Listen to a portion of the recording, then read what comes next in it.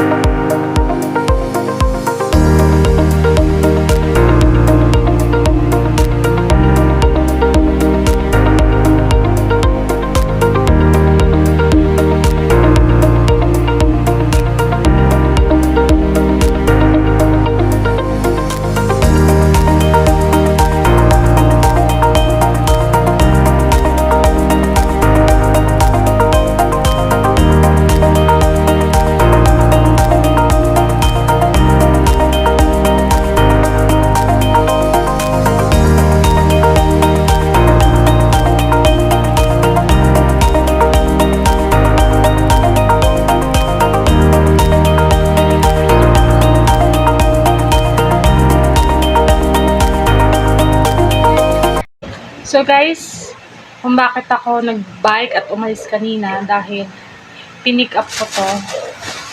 Yeah, pinick up ko tong damit. So, ayan. Set na siya. 150 yung nabili ko. Maganda na po siya. Ayan. Set na damit na siya. Ibang ganda. So, ayan. Extra XL yan. So, ang ganda niya, guys.